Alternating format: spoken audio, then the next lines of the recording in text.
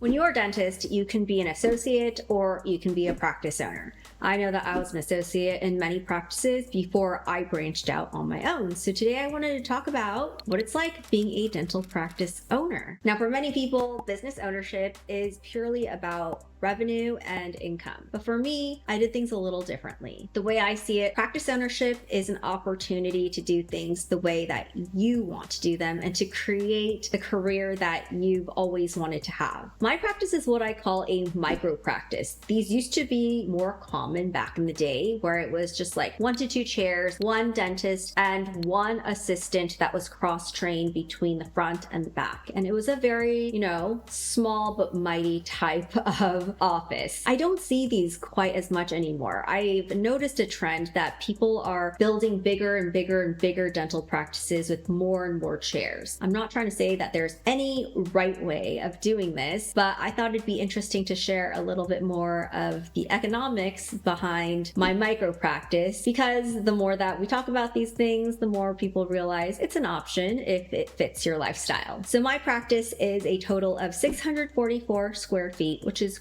quite small. We have a patient bathroom, sterilization, 2 operatories, a doctor's office, and a doctor's office bathroom. I have 3 employees right now. One's a front desk lady, one's a hygienist, and one's a dental assistant. I also at some point had an associate who was with me for 5 years who is no longer with me. When people see my practice, the first thing they'll often comment is on how small it is. Not patients per se. I think that patients do like the small, intimate feel, but when other dentists come to my office, they're like, wow, how do you work like this? So let's talk about first, the cons of having such a small practice. First, the space itself is a constraint. There's nowhere to grow. There's nowhere to put overflow patients. So what that means is if I have 2 chairs and one a hygienist is working out of and I'm working on the other one, if I run like 30 minutes behind, I can't just place the patient in another room. We need to finish this patient, clean up the room, set it up for the next patient, and by then so much time has gone by and then we are running late. So no room for overflow is a pretty big constraint, which is why I am so anal about my schedule, and I'm anal about only hiring people that are also anal about time. I do think my patients really like the fact that we're always running on time, but we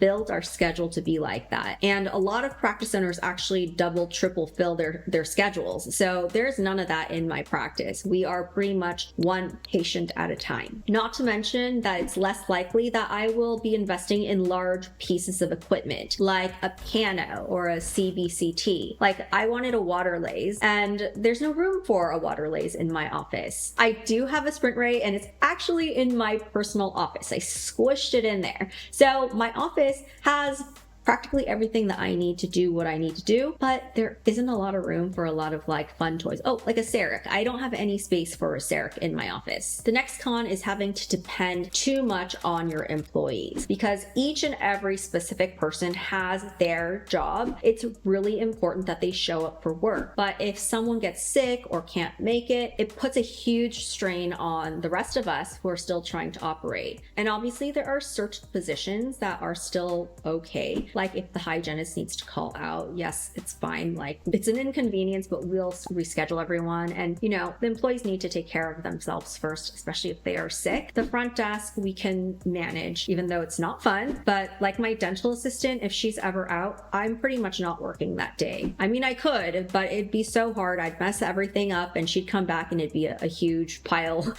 So I just choose not to work on the days that my dental assistant takes off. And that's also a strain on the business, but it's just a choice that I've made. So the smaller the team, the more we rely on each and every person because they have such specific roles and we don't have like extra floaters and stuff walking around. Here's another one. Smaller practices often don't have as much leverage or negotiating power when it comes to ordering supplies and things like that. So I only realized this because my husband happens to work for a DSO and they get insanely good pricing on everything because they are ordering for practically all of the offices, and they get the lowest pricing. Like some of the pricing that I hear, I'm like, how did you get that pricing? For an office like mine, ordering just for the one office, we often do not get special pricing like a multi-location would or a DSO would. So that is a big disadvantage to being so teeny tiny. This next one is going to seem a little bit silly, but it's not. It's big con, which is that it's lonely. It's a small practice. You see the same people every single day. And when you are a dentist, you interact with, your patients and everything, but there's like no co-workers in that way. You know what I mean? Like I see other people in other professions going to work and having like work buddies and stuff like that. We don't really do that in like a really, really tiny office. When the clock is off, we all go home. This next con is something that I discussed in another video on whether dentistry is great for a woman, but you can't really take that much time off. I mean, here's the thing. If you take time off, you are not making money. That is a part of dentistry. It doesn't matter if you're a man or a woman. But for me, when I was on maternity leave, that was an issue because there's nobody to fill my spot. And so when you're a practice in a really, really small practice, it's a little bit of a strain because you can't just like plop people in. Like sometimes bigger practices that have a lot of associates, they lose an associate, they just hire another one, and patients don't even really notice that one's gone and another one's taking care of them. But in a small practice like mine, where it's really personalized, patients want to be treated by me specifically and will often wait until I come back from maternity leave, which means I can't just like plug and play another dentist in there. And that means I'm not making any money if I take like a 6-month maternity leave. And that's tough when you're a woman and you're in a solo practice. All right, so now's the fun part. Let's talk a little bit about the money. Small practices often get stuck with how much production is possible. It's really hard to hit some of those bigger numbers because there's only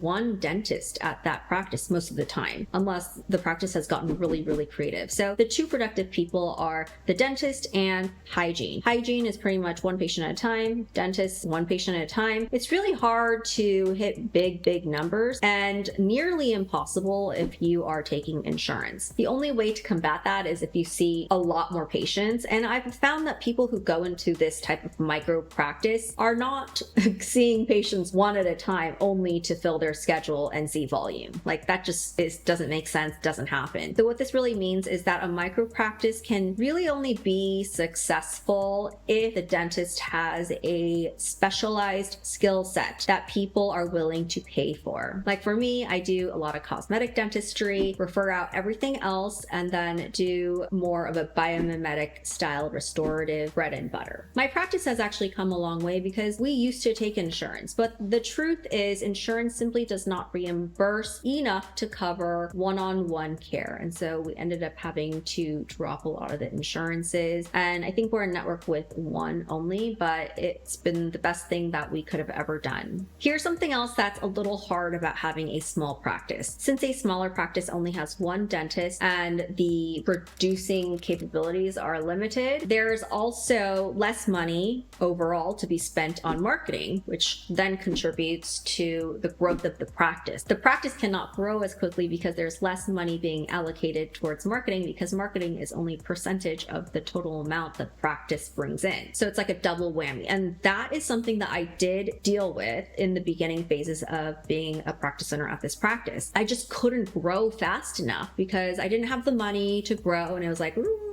Thankfully, I found Instagram, and now most all of my patients do come from Instagram, and I'm so grateful because that has made my marketing free, and it's just accelerated my practice beyond what I could have imagined. So I'm so lucky that I fell into Instagram. Speaking of those early growing pains, from what I've experienced, a practice that is small, that is generating between 300 to 500K, is in that really tough spot because overhead relative to production is too high. So the net take home, which is the most important thing, is on the lower side when you are in that range. It also feels like every dollar that you make extra is being reinvested back into the practice. The net just happens to never feel like it's getting any bigger. So for example, I started off this office without having any hygienist. I was doing all my own hygiene. And then at a certain point, we hired a hygienist hygienist and she is a productive individual where the revenue does go up. But she also does increase my overhead because of her pay. So the point that I'm trying to make is that sometimes in those beginning phases, you are spending money to make money. And what's really important to look at is the net. But as a practice owner, you're looking at the net. Well, oftentimes employees are looking at the pure revenue and they go like, oh, well, the practice is doing so well, and they ask for raises. And so it's almost like you just end up never taking more money home, even though the practice is generating more. And again, I think it's between that 300 to 500K like slot. When you break past that 500K, that's when the micro practice really is magical. And if that's not enough cons, I have one more for you. So I talked to a friend who does a lot of multi-location practices, and what he was saying is that the way they determine if a practice is ready to add another operatory or chair is if they are producing at least like 300K per chair. So basically what he was saying, I hope I'm not like butchering what he said, but like what I took away from it is that if my practice is making 600K because there's 2 chairs, we're already at our max capacity and we need another chair. That is a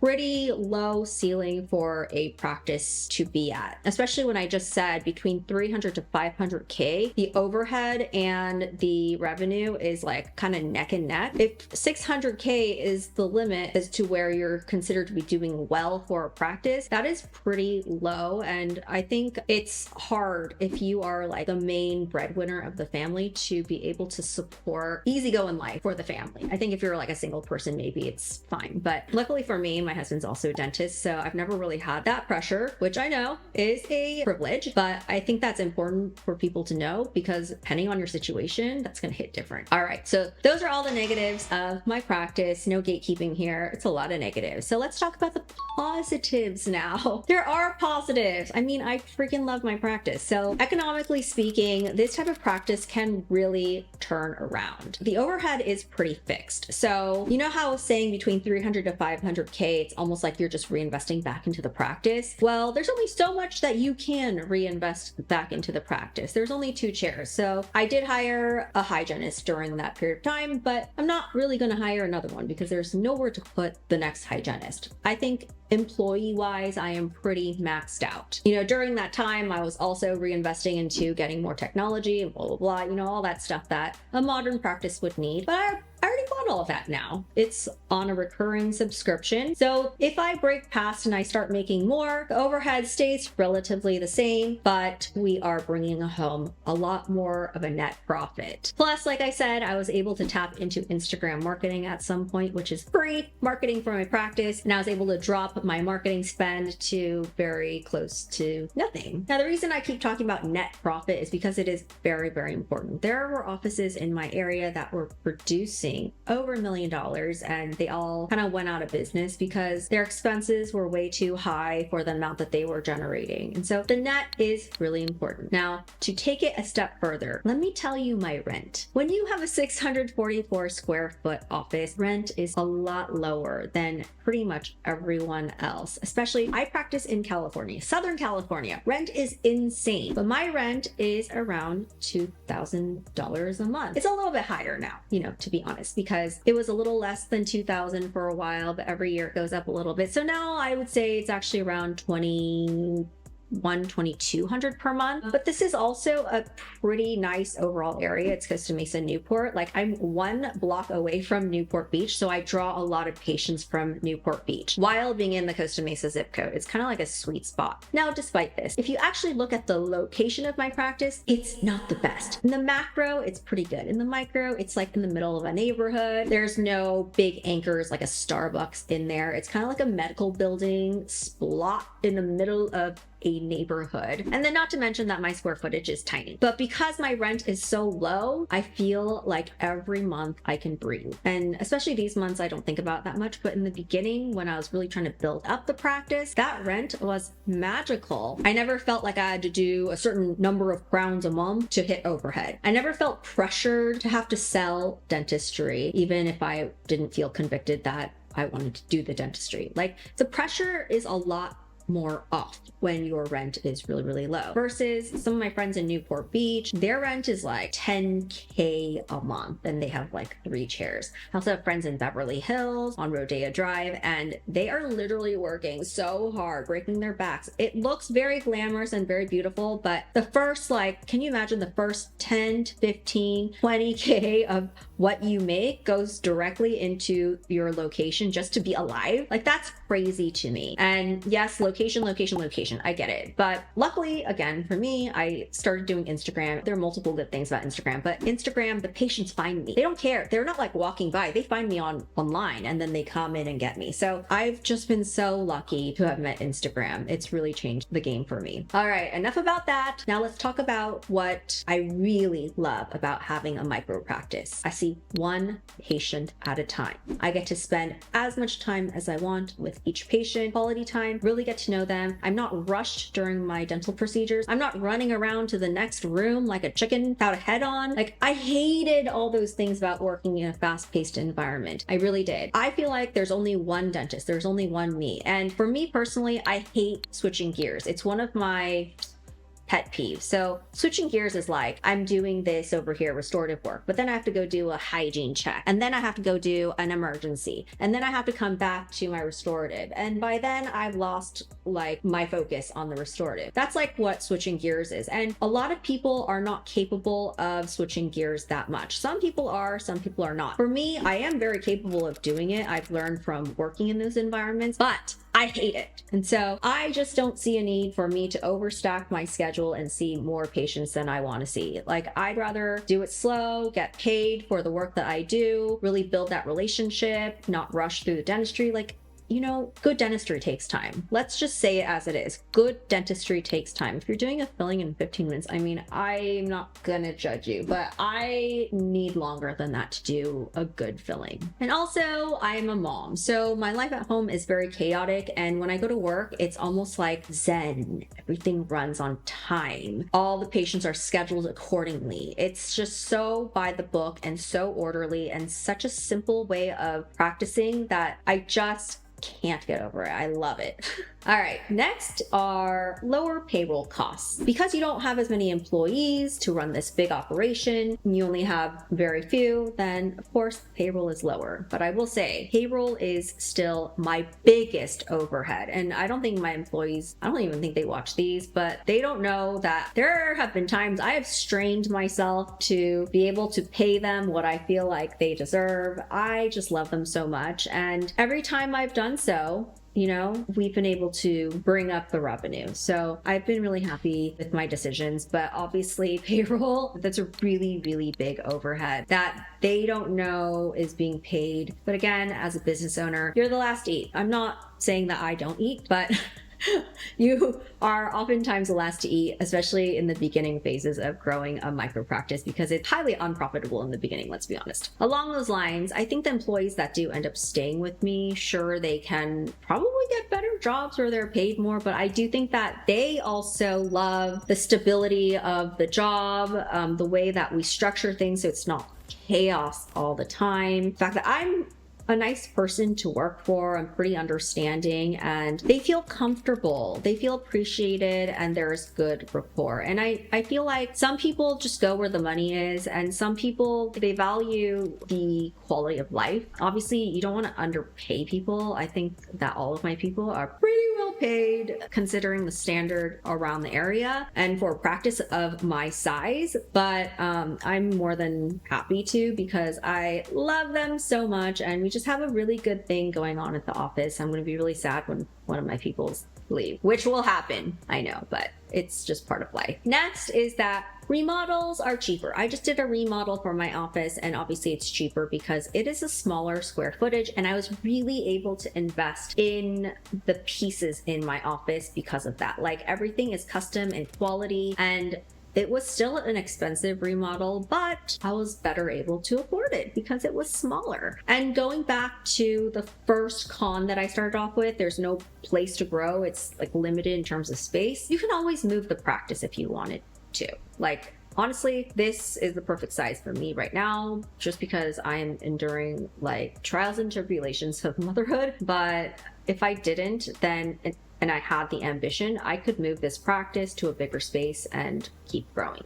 Could keep growing. All right, we have 2 more pros left. One of them is a story. So when I first took over the practice in 2014, I was able to actually leave my practice half of the week for around 5 years and teach at USC. So I was a professor and my practice was still able to sustain itself, and with me not being there half the week. And that's why I had the associate and the hygienist. Was it super productive with just them? And semesters I was only there 2 days. No, the practice really needed me, especially in those beginning years. I really should have been there. But when you have a smaller practice with a lower overhead, you have a little bit more freedom to be flexible and try out different things that you want to do. I'm so glad that when I got the opportunity to become a professor, I was able to take it. I was able to make it work. At first I was like, how am I going to do this? But the reality was that we weren't super busy in the beginning. And so I was able to take it. And meanwhile, the practice was still able to sustain itself, although not being super productive. And so for the first 5 years of me being a practice owner, should I have been there? Probably. I was able to do other things. And that is a pro, because some people that I talk to do feel incredibly trapped by their practice. Like they can't do anything else. They have to go to this one place. And to feel like there is any amount of flexibility, that is a super, super nice feeling to feel. Oh, and I do think it's important to mention that I was being paid at USC. So that job also brought in some income. It's not very much, but some income to where the whole thing made sense-ish. Let's be honest, it really didn't make a lot of sense. I was taking a loss for teaching, but it was a good experience. It's a good experience. The next pro is that if I need to take time off, I can schedule it. Yes, if I take time off, I'm not making money. Like I said a million times, if you do not go to work, if you do not do dentistry, you cannot make money as a dentist, especially in these smaller practices where everyone relies on you. You're the only productive person. But as a mom, there are things that are more important at this phase of my life than just being at work all the time. If I wanted to really make money, I could work more, sure. But that's not super fulfilling for me. I want a simple life. I don't want to run around from room to room. I want to feel zen. I want to do good dentistry, like the best dentistry that I possibly can.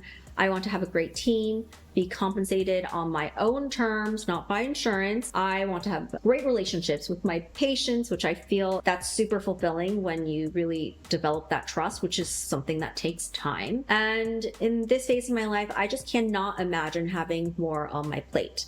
I think I would crack. And maybe it sounds like I'm saying this is a compromise to what I potentially could be doing, and maybe it is.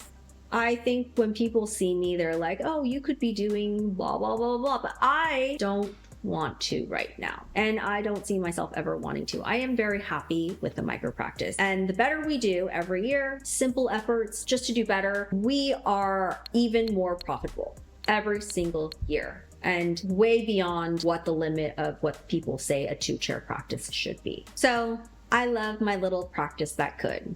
It is the perfect fit right now. All right, so just a reminder that making money is not the end-all be-all in dentistry. Being a practice owner is your opportunity to do things the way that you've always wanted it to be, to have a family, do great dentistry, whatever it is on your mind. Maybe what you want to do is have multiple locations and truly run it like a business. I'm not saying that I'm right, you're wrong, whatever. Like I really do think that it really depends on what you want, and you can build that. You can really make your own out of this career. So let me know what you think of my teeny tiny micro practice. And I know it's not for everyone, but I think it's a great fit for some people. It has to be a great fit for someone out there, because I can't be the only one. And also remember to join the fam, hit subscribe. The next video, I think I'm going to talk about what needs to change in dental school. Yeah, that should be an interesting video, but stay tuned. I will see you next time. Bye.